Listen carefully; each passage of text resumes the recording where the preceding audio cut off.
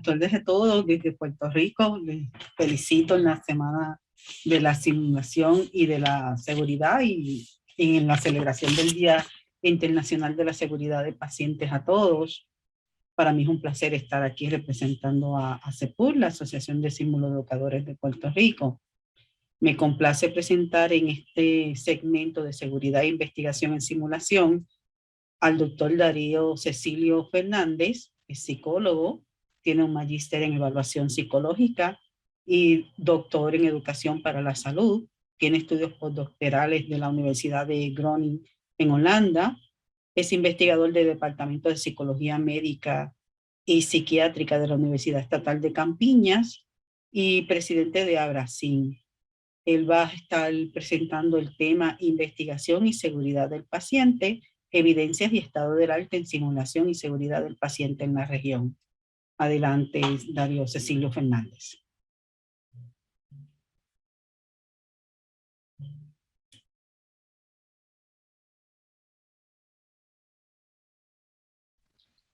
Muito obrigado, Maria, pela apresentação. É um prazer estar aqui com vocês hoje.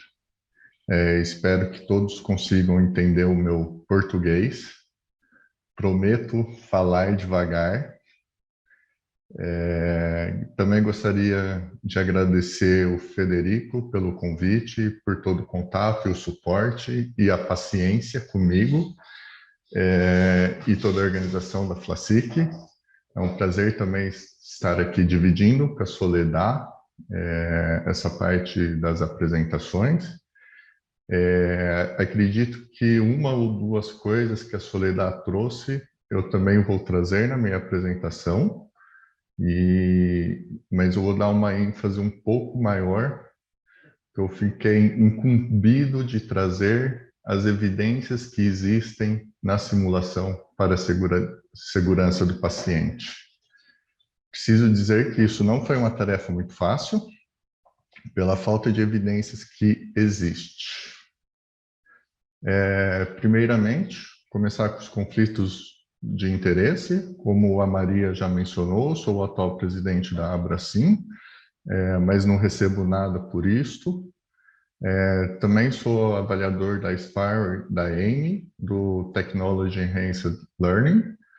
Também não ganho nada para isso, e as visões aqui não refletem a nenhuma das sociedades e apenas a minha visão.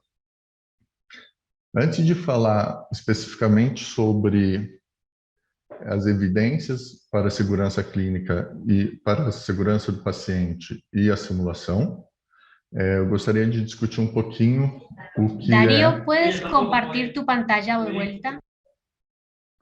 Como? No vemos tu pantalla. ¿No? No.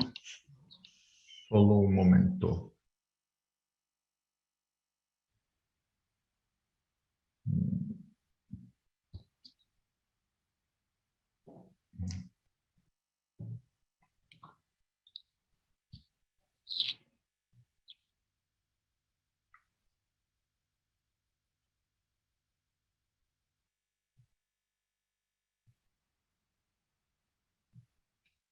Ahora sí. Ahí va. Ahora sí, perfecto. Sí, perfecto. Muito bem. Eu estava com a outra tela, acho que deu um problema com o Zoom. Eu sempre apanho com as duas telas. Vamos lá. Discutir um pouquinho sobre o conceito de educação baseada em evidência. Isso é algo que a gente discute muito pouco, e aqui eu trago uma definição formal sobre isso, que é procurar, criticar e implementar as evidências científicas de maior qualidade que corrobora a educação. Isso também está muito relacionado ao conceito da medicina baseada em evidências, e é algo que a gente precisa cada vez mais trazer para o nosso contexto de ensino. Em via de regra, a gente considera como as melhores e maiores evidências os artigos de revisão sistemática e de meta-análise. E dessa forma, muitas vezes, é o que guia a nossa prática educacional e também a prática clínica, como muitos de vocês devem usar. E aqui eu trago um pouquinho das vantagens e desvantagens de usar isso como melhores evidências.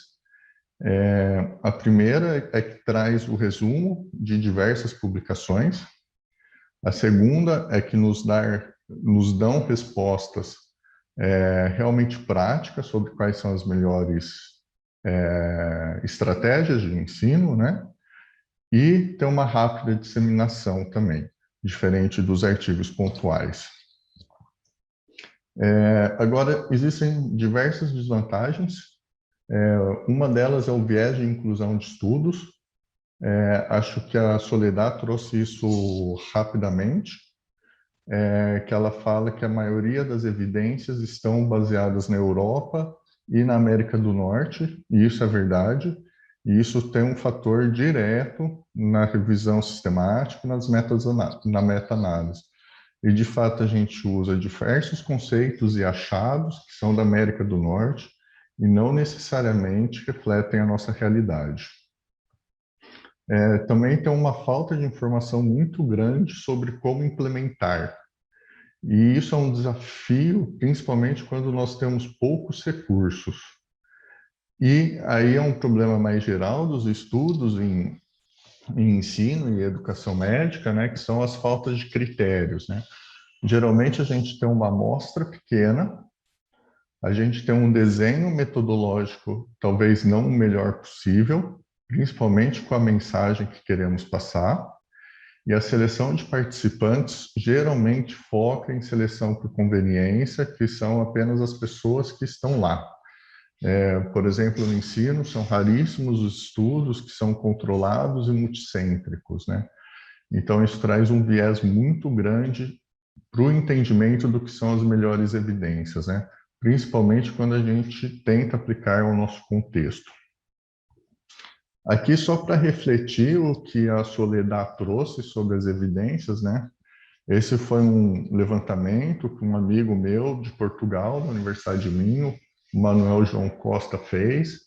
Ele pegou o ano de 2012 a 2016, um pouquinho antigo, mas acredito que só tem elevado esse número, né? E aí ele pegou os principais jornais de ensino em saúde, né? Então, Academic Medicine, Medical Education, só esses jornais super bons. E aí o que ele notou é que, na verdade, de 9 de 10 artigos eram publicados por 15 países. E o mais preocupante é que 3/4 dos artigos publicados, na verdade, vinham dos Estados Unidos, Canadá, Reino Unido, Holanda e Austrália. Nesse gráfico, a gente já nota que tem uma predominância da língua inglesa na publicação. Então, esse é um outro viés que temos. São artigos excessivamente vindo de língua inglesa e não necessariamente de países como nós, que temos recursos limitados, uma série de limitações. Como vocês podem ver aqui no restante do país, talvez apenas a África do Sul se encaixe mais com a nossa realidade, mas todas as outras vêm de uma realidade diferente. Isso quer dizer que nós também precisamos começar a investir em pesquisa cada vez mais. A FLACIP lançou a revista de simulação, que é um grande avanço para a gente poder começar a publicar e comunicar nossas ideias e achados, porque nem sempre conseguiremos reproduzir o que é feito lá fora, dentro do nosso contexto. E aqui trazendo um pouquinho de como a gente tem classificado os artigos e os tipos de pesquisa. Tem sido muito utilizado o modelo de Kirkpatrick, que vem do treinamento organizacional, né? Ele monta 4 níveis aí de avaliação, de treinamento, e a gente tem trazido isso para a pesquisa, e a gente traz na pesquisa no sentido de que qual que é a medida que nós estamos usando para aquele artigo específico. Então, a gente começa no modelo mais básico, que é o de reação, que está muito ligado à percepção do aluno, à satisfação dele. Aí depois a gente passa para a parte de aprendizagem, na verdade, que começa a falar se o aluno aprendeu algo ou não, seja uma habilidade, seja conhecimento ou seja competência, depende de que framework você trabalha. E aí, no nível mais alto, nós começamos a ter um impacto, que aí, na verdade, é relacionado ao comportamento individual. Então, se é que aquele treinamento, se a pessoa que teve o treinamento, ela mudou a prática profissional dela. Então, por exemplo, se ela teve um treinamento de ressuscitação de parada cardíaca, por exemplo, será que ela está aplicando o que ela aprendeu na prática?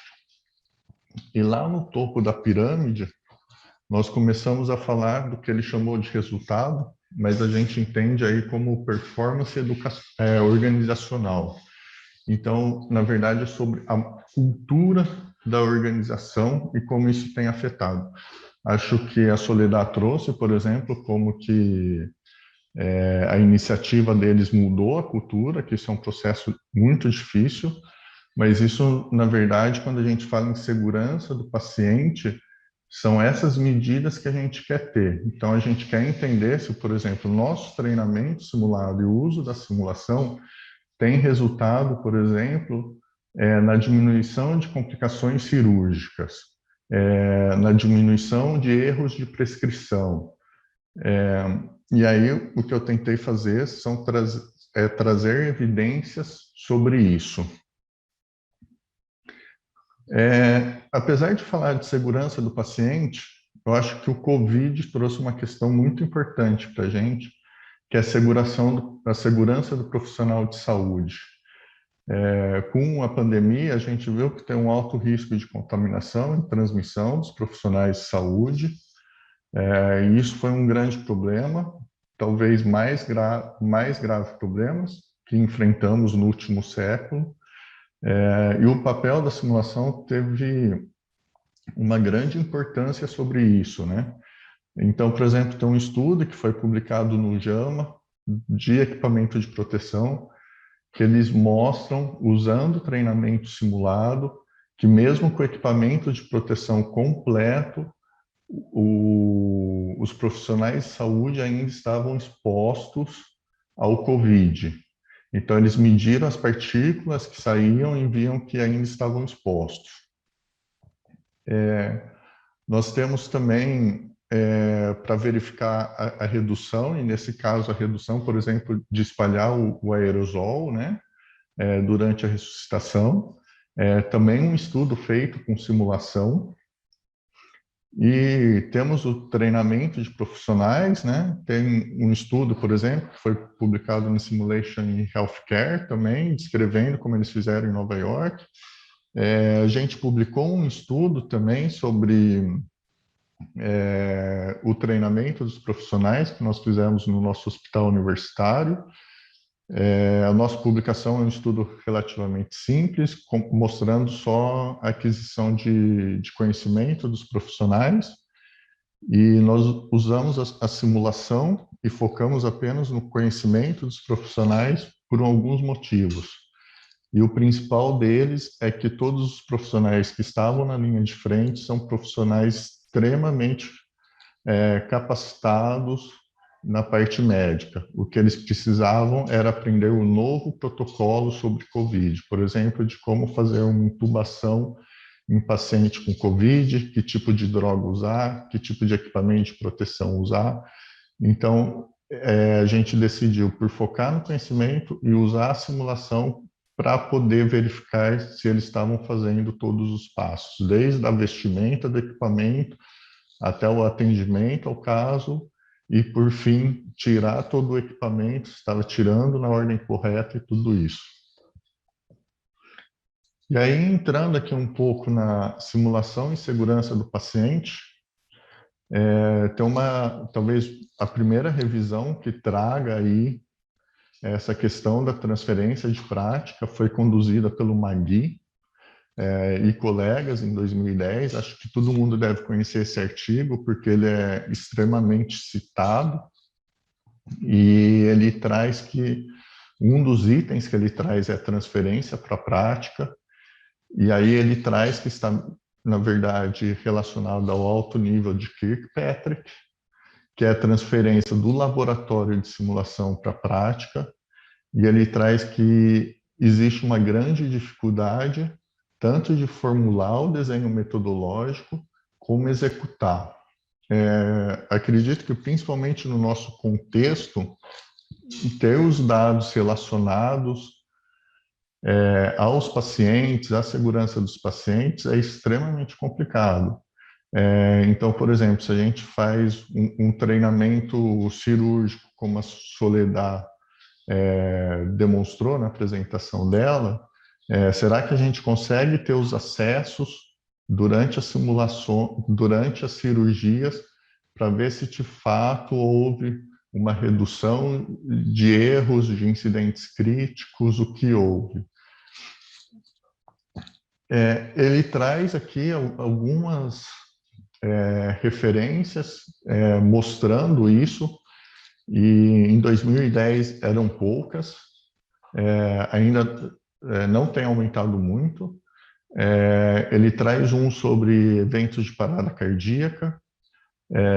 Nesse caso, ele não traz sobre o desfecho do paciente, mas ele traz sobre a aderência ao protocolo. Então, por exemplo, eles notaram que as pessoas que receberam o treinamento simulado aderiram mais ao protocolo do que aqueles que não receberam o treinamento simulado. O da inserção do catéter venoso central, aí sim eles olharam o desfecho, e o que eles notaram é que com o treinamento simulado houve um menor número de infecção nos pacientes quando houve a inserção. Na cirurgia também, tem um estudo que mostra com a realidade virtual que melhora a performance do cirurgião durante o procedimento, e da obstetrícia, que tem, na verdade, reduz as complicações de partos complicados, né? Então, não é que melhora os partos complicados, mas reduz as suas complicações. Um pouco mais recente, o Magui e colegas publicaram outro artigo de 2014, que aí é um artigo mais interessante, que ele traz, na verdade, o conceito de pesquisas translacionais, né? Que na verdade, esse conceito vem da medicina também, que é a transferência da pesquisa básica para a pesquisa aplicada. E a gente pode pensar nesse conceito da mesma forma para a simulação. Então, ele traz ali o nível mais simples, começando na sala de aula, o laboratório de simulação, e que vai passando por estudos que trazem melhora no cuidado do paciente, e aí ele faz uma distinção entre melhora do cuidado e melhora no desfecho do paciente. E por último, ele traz um conceito que talvez não esteja por ordem de grandeza, mas que traz efeitos colaterais. Então, por exemplo, estudos que demonstram redução de custo, retenção e melhora no cuidado ao paciente, mas que não necessariamente seja o foco principal. E o que a gente nota nesse artigo é que conforme a gente vai descendo do T1 para T4, a quantidade de evidências vai diminuindo. E aqui eu não estou sugerindo que a simulação não tem um papel importante para a segurança do paciente, mas o que nós precisamos é de mais evidências de como a simulação consegue melhorar a segurança do paciente. Nós precisamos ter estudos que considerem a segurança do paciente. Isso são estudos extremamente complexos, como eu disse anteriormente, mas nós focamos muitos estudos na percepção dos alunos e na aquisição de conhecimento e habilidades. Hoje em dia, nós já temos muitas evidências que a simulação funciona, que a simulamentos e habilidades, e atitudes e competências e qualquer tipo de framework que você queira usar. e também que os alunos têm uma percepção muito boa sobre a simulação. Nós já temos muitos estudos também sobre como montar a parte de simulação. Por exemplo, o próprio grupo do Magui, ele trabalha com o conceito de Simulation Based Mastery Learning, que é uma técnica na qual você exige várias sessões de simulação, você tem uma ordem crescente, você requer que o aluno domine uma parte anterior para depois prosseguir na outra. Nós temos o conceito de prática deliberada também, que já é muito bem estabelecido na simulação. E nós temos o conceito também, mais recentemente, de ciclos rápidos de prática deliberada. Esses são conceitos ainda que a gente usa muito pouco na nossa prática, e são conceitos que têm evidências que são melhores, que são as melhores formas de treinamento, comparado com outros tipos de treinamento simulado. E nós temos algumas evidências, quando a gente usa esses métodos, que também existe uma transferência para a segurança do paciente. Então, os nossos desafios que eu proponho aqui, não apenas como sociedade, mas como pesquisadores também, como pessoas interessadas em melhorar a simulação, que a gente começa a levar a sério esses desafios. O primeiro deles é conseguir fazer pesquisas que estabeleçam a relação entre intervenção educacional e segurança. Isso talvez seja uma meta muito ambiciosa. Eu provavelmente diria que eu não consigo fazer isso na Unicamp para os próximos 10 anos, mas talvez em algum lugar aqui na América Latina nós